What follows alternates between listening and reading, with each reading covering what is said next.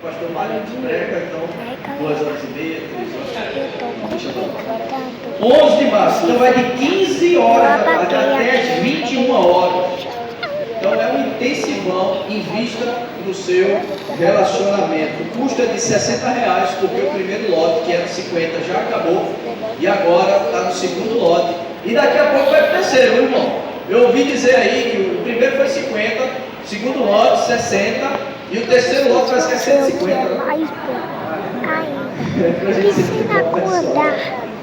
Então, corre, faz aí a sua inscrição, dá direito, você vai ganhar ainda um livro, ok? Então investe aí. Agora, dia 17, sexta-feira, às 22h30, vai acontecer a vigília do Incensários. E com essa animação aí, você já sabe que vai ser daquele jeitinho. Então, não falte, venha e traga mais 100 pessoas com você. Amém? Eu quero que você abra a palavra do Senhor. Ou melhor, vamos fazer o seguinte: fica de pé no seu lugar. Vou pegar todos vocês, deixar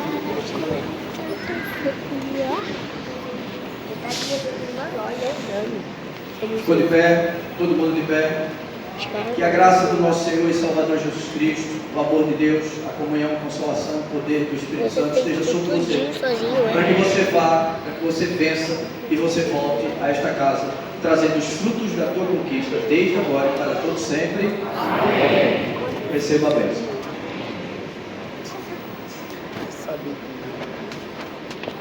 O que foi que houve? Acabou. Alô? Acabou. Alô? Vocês não estão acreditando, não? Não acabou. Não consigo. O irmão é estranho, não? Eu consigo pegar 20. Não é estranho? Mas é 20? É ou não é estranho? Por que é estranho? Eu vou dizer para vocês, sendo bem direto. Porque a gente, nesse exato momento, só chegou até 10% do que foi preparado essa noite para que a gente possa desfrutar. É por isso que a gente acha estranho. Chegar aqui e só desfrutar 10% e ir embora, a gente acha estranho. A gente não quer isso. Não é verdade? Agora, por que na hora de desfrutar 10% a gente acha estranho e a gente não quer? Mas na hora de entregar, a gente acha que está oferecendo muito. A palavra de Deus diz em Malaquias 3,10 que nós devemos trazer dízimo, todos os dízimos, à casa do tesouro. E às vezes é uma briga. A gente olha, porque dar dízimo de R$10 é fácil, né, irmão? R$1, chega ali, entrega. Mas quando você recebe R$1.000, e quando Deus vai te prosperando, porque é isso que acontece ao fiel, Deus faz ele prosperar. E vai aumentando para 5, 10, 20. Quem está falando com você aí, irmão? Deus vai fazer você prosperar. O vídeo hoje vai ser longo, Mas hein? entenda que aquilo que a gente entrega no altar, os 10% que a gente entrega no altar, não é muito, é pouco em relação àquilo que o Senhor tem nos dado. Então que nunca mais a gente ache estranho. A gente acha que é demais aquilo que a gente está entregando ao Senhor. Então eu quero, nesse momento, que você pegue o seu envelope aí à frente. Esse é o momento que nós vamos dedicar ao Senhor. Porque Ele não tem nos dado apenas 10%. O que Ele preparou para você nessa noite é seu. Você não veio aqui, Deus não te trouxe aqui para você desfrutar apenas 10%. Olhe para a pessoa que está do seu lado e diga isso para ela: Deus não te trouxe aqui para desfrutar apenas 10%. Aquilo que Deus tem para você, Ele vai lhe entregar por completo. Amém? Então pegou o envelope, eu quero que você levante o seu envelope para o céu. Você que vai dedicar para o Pix, o cartão de crédito, você que está em casa, que vai fazer isso, não importa.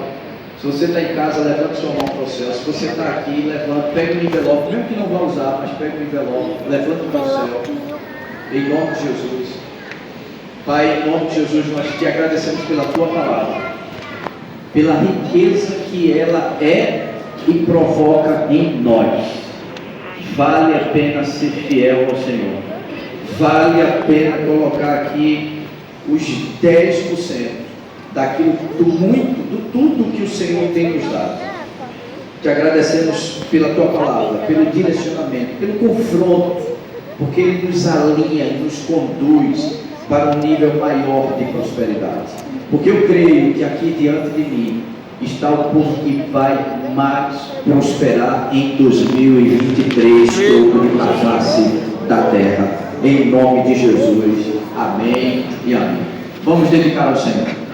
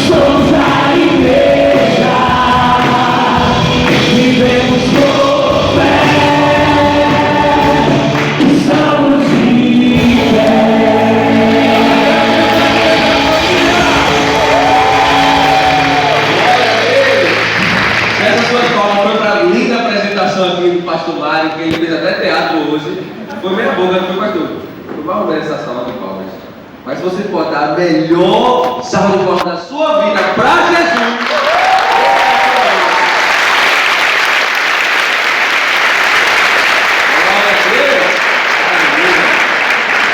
Pode sentar no seu lugar, pode ficar à vontade. Queria que hoje você tivesse 10% da animação que o pastor Mário estava hoje. Hoje o pastor Mário está animado. Gostei, pastor. Foi o resto que funcionou lá dentro.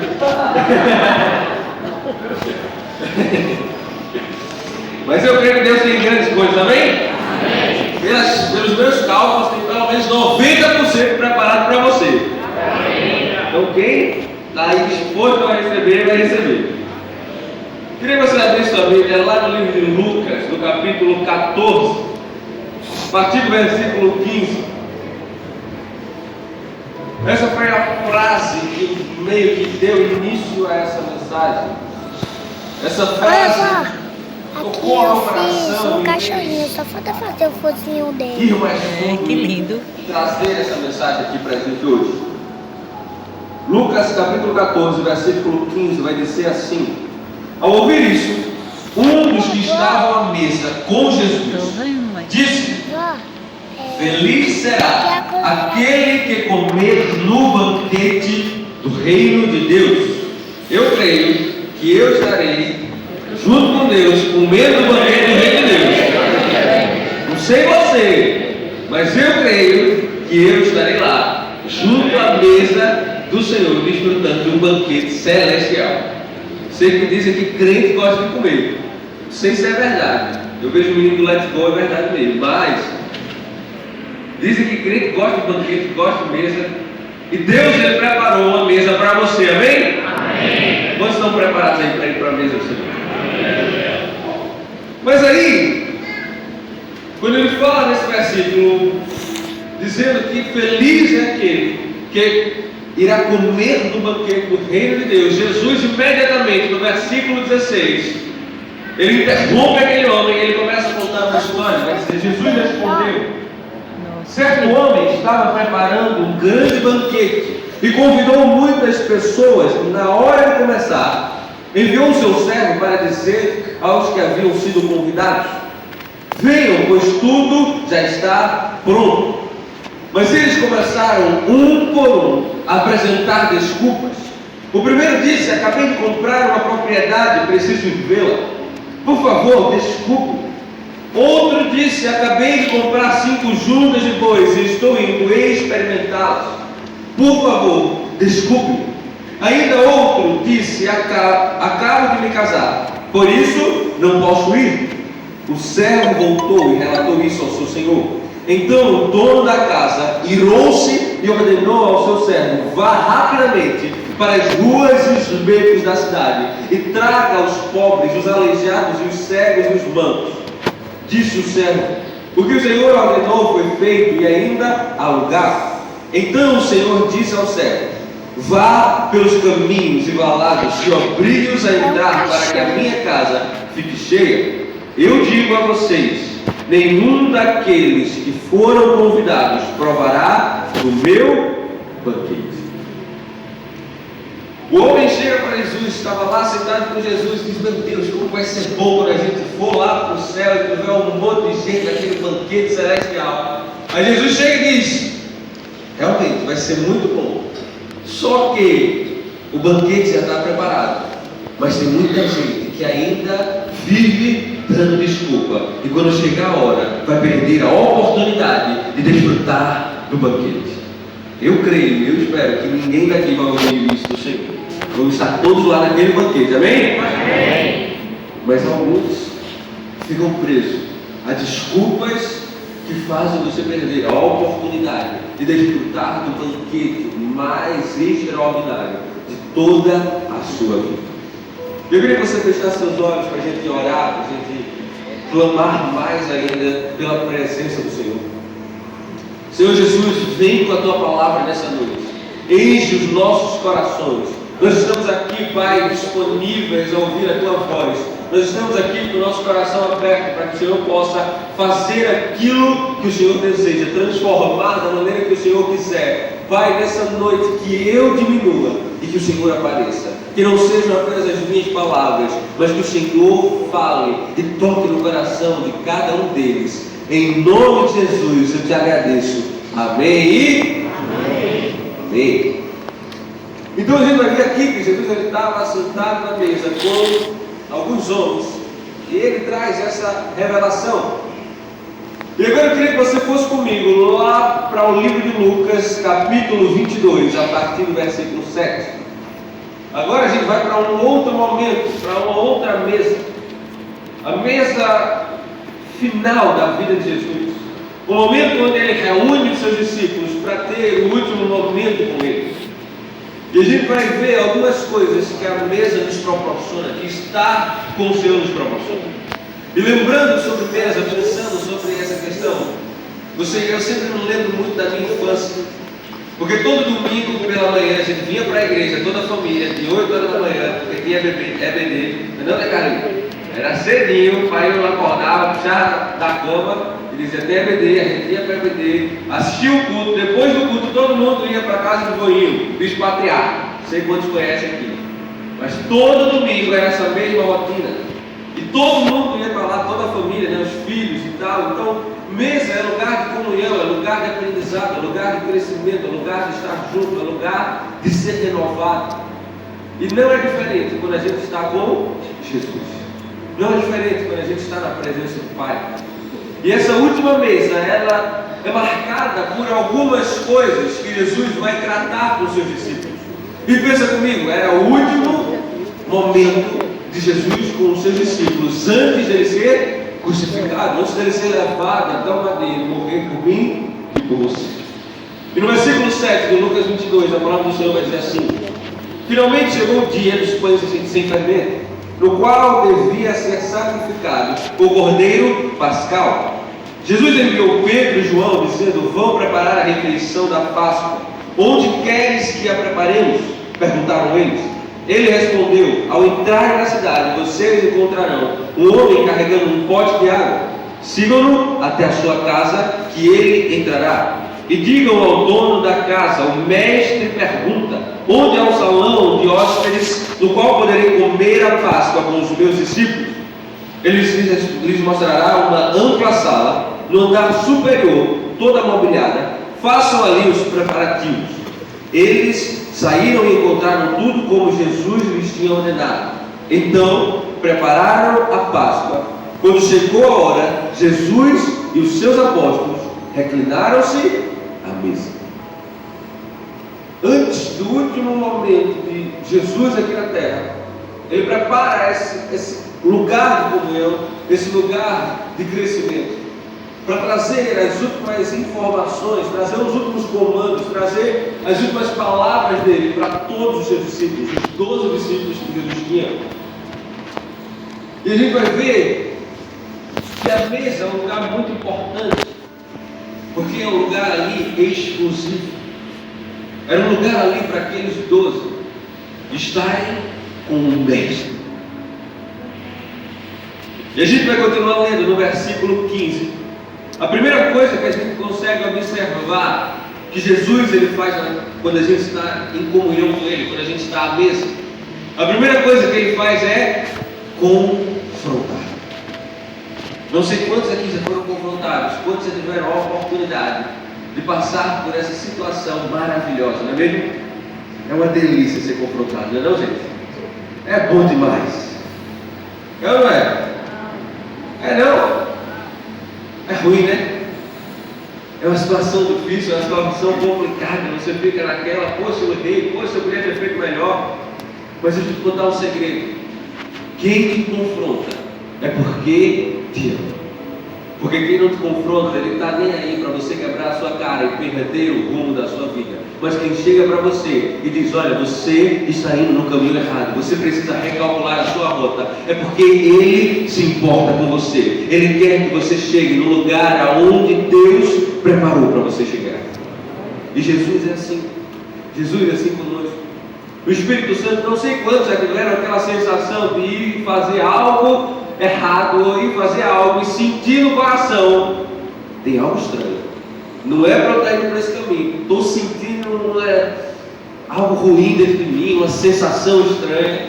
Muitas vezes Jesus diz para você: não faça, não vá para aí, eu estou lhe avisando, porque se você for, você é responsável pelas suas consequências, você é responsável pelas suas decisões. Porque decisões definem aonde você vai chegar. E a primeira coisa que Jesus faz quando está com seus discípulos é confrontá-los. Ele, no versículo 15, vai dizer assim, ele vai começar a relatar o que vai acontecer, o que está ali se passando naquele momento. No versículo 15 ele vai dizer: e disse-lhes: desejei ansiosamente comer esta Páscoa com vocês antes de sofrer. Pois eu digo, não comerei dela novamente, até que se cumpra o reino de Deus. Recebendo o cálice, ele deu graças e disse: tomem isto e partilhem uns com os outros. Pois eu digo que não beberei outra vez do fruto da videira, até que venha o reino de Deus. Tomando o pão, deu graças, partiu e os deu aos seus discípulos, dizendo: isto é o meu corpo, dado em favor de vocês. Façam isto em memória de mim.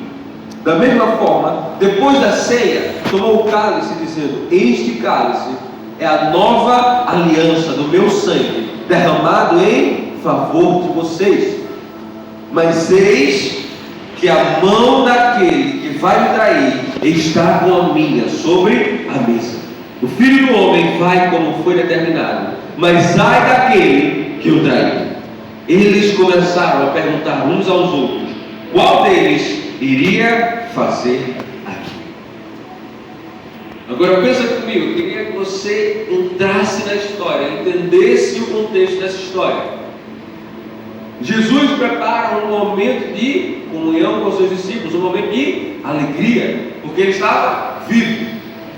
E aí ele começa a dizer: olha, eu vou morrer. Isso aqui vocês vão fazer em memória. Memória de alguém que não está mais conosco, porque a gente lembra de quem ele era. E ele disse: agora só lá no reino de Deus, só quando acabar tudo, você se encontrar comigo lá onde eu preparei para você. E aí ele vai dizendo: tome o pão, coma o pão, tome o cálice e tal e tal. E daqui a pouco ele diz: mas cuidado, porque um de vocês irá me trair. Imagina, o momento que era para ser de alegria, o momento que era para ser de comunhão, o momento que era para ser de celebrar o momento em que ele estava vivo. Jesus chega com os dois pés e disse: um de vocês vai me trair. Todo mundo ficou ali meio chocado, todo mundo ficou meio sem entender. E é interessante que a gente sabe o que foi acontecer, a gente sabe quem iria trair Jesus.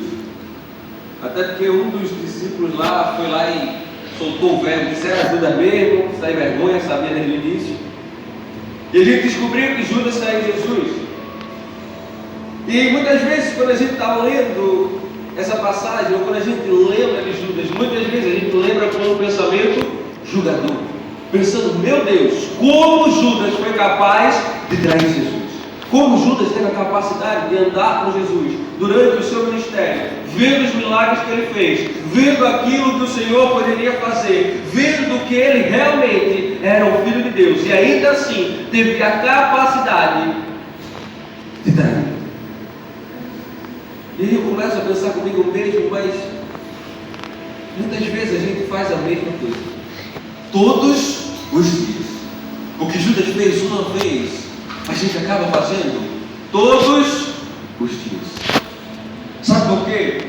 Porque o problema do coração de Judas é que Judas não estava com Jesus por quem Jesus era, mas sim pelo que ele poderia oferecer. Vai comigo lá para o livro de João, capítulo 12, a partir do versículo 1. João capítulo 12, versículo 1, a gente vai ver o coração de Judas sendo exposto, o coração de Judas se revelando. No versículo 1, a palavra do Senhor vai dizer assim: 6 dias antes da Páscoa, Jesus chegou a Betânia, onde vivia Lázaro, a quem ressuscitara dos mortos. Ali prepararam um jantar para Jesus. Marta servia, enquanto Lázaro estava à mesa com ele. Então Maria pegou um frasco de nardo puro, que era um perfume caro, derramou sobre os pés de Jesus e os enxugou com os seus cabelos, e a casa encheu-se com a fragrância do perfume. Mas um dos seus discípulos, Judas Iscariotes, que mais tarde iria traí-lo, fez uma objeção. No versículo 5, Judas vai dizer assim: por que este perfume não foi vendido? E o dinheiro dado aos pobres? Seriam 300 denários. Ele não falou isso por se interessar pelos pobres, mas porque era ladrão. Sendo responsável pela bolsa de dinheiro, costumava tirar o que nela era colocado. Respondeu Jesus: deixe-a em paz, que o guarde para o dia do meu sepultamento, pois os pobres vocês sempre terão consigo, mas a mim vocês nem sempre terão. Pensa comigo. Judas conhecia Jesus, sim ou não? Judas andava com Jesus, sim ou não? Sabia do poder de Jesus, sim ou não? Quem deveria ser o mais interessado em se entregar por completo? Judas, que conhecia Jesus de perto, ou Maria, que era amiga de Jesus? Judas, que andava com Jesus, viu o que ele fazia, estava lá com ele, estava em todos os milagres, estava lá de cima para baixo com Jesus. Mas o problema é que Judas estava com Jesus, mas não conhecia quem era Jesus. Mas aí você pode me perguntar: mas ele não estava lá com Jesus, ele não estava do lado de Jesus, ele não viu o que Jesus fazia. Estar ao lado não significa se relacionar. Estar ao lado não significa conhecer. Você vir à igreja uma vez por semana não significa que você conhece Jesus. Sabe qual é o nosso problema? O nosso problema é que a gente acha que Deus, ele é um gênio da lâmpada. Quando a gente estiver precisando, ele vai estar aqui, a gente vai pegar, vai esfregar, vai sair aquele gênio da lâmpada com os efeitos mirabolantes. A gente vai ter 3 desejos para dizer: olha, eu quero cura, quero bênção e quero provisão. Bora, desce, manda aí para a gente. Mas entenda, o reino não é sobre isso. A palavra do Senhor vai dizer: busquem em primeiro lugar o reino de Deus e a sua justiça, e todas as demais coisas vos serão acrescentadas. O que é que vai ser acrescentado? O que é que vai ser acrescentado? É uma coisa ou outra? É o quê? Sabe qual é o nosso problema? O nosso problema é que a gente se acostumou tanto em ficar pedindo migalhas para Deus, que a gente não vai em direção a Ele, buscá-lo, sabendo quem Ele é, e sabendo que quando a gente buscar a Ele, Ele vai derramar tudo. A gente fica preso às migalhas que Ele derrama, as migalhas que Ele pode fazer por nós, quando Ele está lá de cima olhando e dizendo: eu quero fazer tudo, eu quero derramar tudo sobre a sua vida, eu quero abençoar você em todas as áreas, mas você não vem em minha direção. Tem uma passagem da Bíblia que vai falar da mulher do fluxo de sangue. E é interessante que nessa passagem, Jesus, quando é tocado por ela, ele para tudo. Ele está andando, e a palavra do Senhor vai dizer que existe uma multidão apertando ele. E ele está andando, e do nada ele para e diz: olha, alguém me tocou. Os discípulos olham para ele como assim, alguém? Tem pelo menos umas 100 mil pessoas aqui tocando. Então, muitas pessoas tocaram. Mas Jesus vai dizer: não, ela me tocou e saiu de mim poder. Ela buscou o Senhor ao ponto de tirar de Jesus poder, de atrair para ela a cura.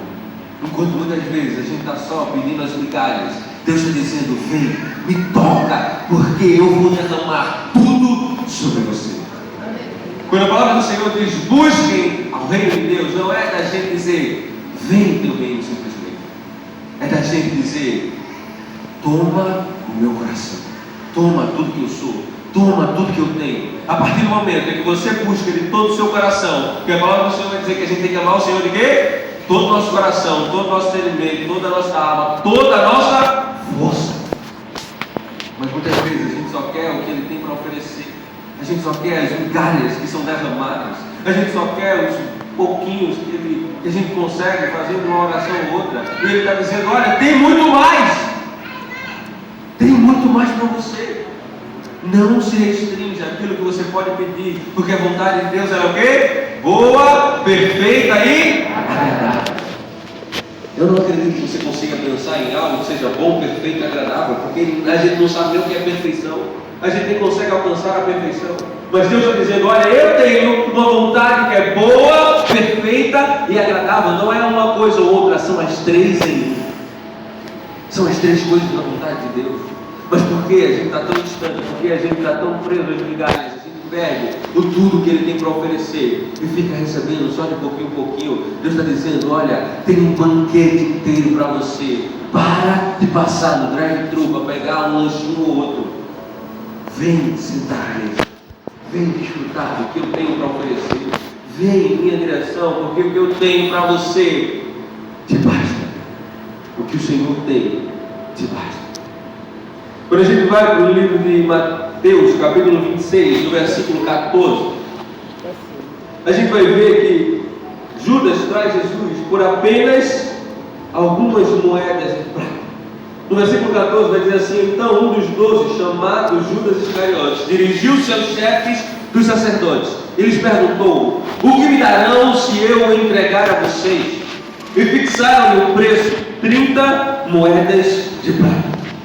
Desse momento em diante, Judas passou a procurar uma oportunidade para entregá-lo. Veja só, Judas traiu Jesus por 30 moedas de prata.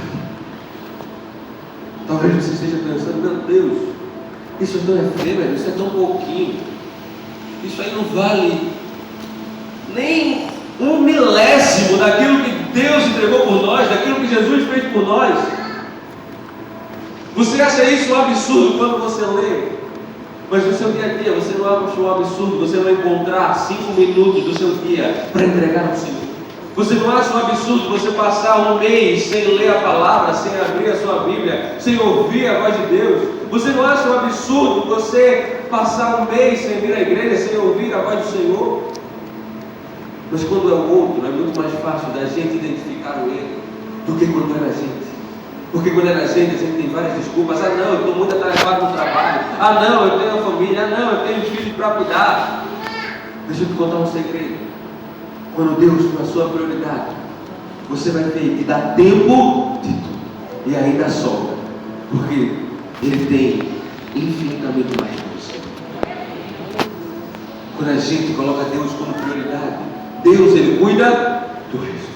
Quando Deus é o primeiro a receber o que nós temos, tudo é derramado sobre nós. Tudo é entregue nas nossas mãos. Mas a gente não consegue compreender. A gente não consegue entregar o nosso melhor. A gente não consegue nos entregar por inteiro. Porque a gente está preso às migalhas.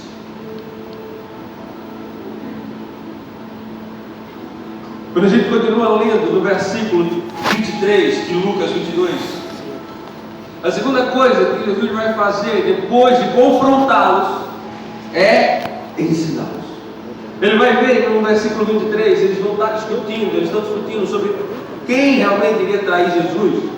Eles vão dizer, eles começaram a perguntar uns aos outros qual deles iria fazer aquilo. Surgiu também uma discussão entre eles acerca de qual deles era considerado o maior. Jesus lhes disse, os reis das nações dominam sobre elas, e os que exercem autoridade sobre elas são chamados benfeitores. Mas vocês não serão assim. Ao contrário, o maior entre vocês deverá ser como o mais jovem, e aquele que governa como o que serve. Pois quem é maior, o que está à mesa ou o que serve? Não é o que está à mesa, mas eu estou entre vocês como quem serve. Vocês são os que têm permanecido ao meu lado durante as minhas provações, e eu designo a vocês um rei, assim como meu Pai o designou para mim, para que vocês possam comer e beber a minha mesa, no meu reino, e sentar-se em tronos, julgando as 12 tribos de Israel. Os discípulos começam ali a discutir quem era o maior, quem era o melhor, quem era isso, quem era aquilo, uns pensando, ah não, é João, porque deita no ombro do Senhor, deita no ombro de Jesus. Jesus revela os segredos para João. Outros pensando, não, deve ser Pedro, porque Pedro é o mais ousado. Pedro é o que está ali mais firme na palavra, está ali com a fé inabalável. Ele sempre é o primeiro a dar uma palavra, dizer que vai com Jesus, que faz, que deixa de fazer. Ah não, é um, é outro, é esse, aquele. Aí Jesus chega e diz: você quer chegar no lugar onde eu escolhi para você? Seja vazio.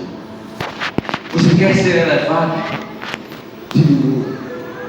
Você quer chegar aonde o Senhor prometeu que você iria ser colocado? Se esvazie de si e deixe Ele te encher. Ele vai dizer: se você quer ser o maior, seja o que serve, seja como que se entrega. O próprio Deus, Ele abre mão da sua glória para se tornar servo. Quando a gente vai para Filipenses, no capítulo 2, a partir do versículo 5, a gente vai ver o Senhor falando assim: seja a atitude de vocês a mesma que a de Cristo, que embora sendo Deus, não considerou que o ser igual a Deus era algo que deveria apegar-se, mas esvaziou-se a si mesmo, vindo a ser servo, tornando-se semelhante aos homens. Interessante que aqui a palavra servo, ela vem do grego doulos, que significa aquele que se entrega em favor dos outros. Em Coríntios a gente vai ver o apóstolo Paulo falando para a igreja que a igreja é um corpo, é uma unidade. A mão ajuda o pé ajuda o corpo, e todos unidos são guiados pelo cabeça. Quando a gente se esvazia, quando a gente deixa Deus encher, a gente deixa Ele nos levar para o lugar certo, para o caminho certo. Porque quanto mais cheio de nós, mais distante de Cristo a gente vai. Porque a gente vai ficar refém dos nossos desejos, a gente vai ficar refém das nossas vontades, a gente vai ficar refém daquilo que agrada a nós. É interessante que muitas vezes a gente fica pensando: ah, mas eu vou servir, mas eu vou estar aqui dando meu tempo, e o que é que eu ganho em troca? Eu posso dizer para você que nada vale da aceitação do homem, nada vale do reconhecimento do homem. Mas quando você está aqui, quando você chega ali naquela porta e vê as pessoas sorrindo para você, felizes por estarem cooperando na obra de Deus,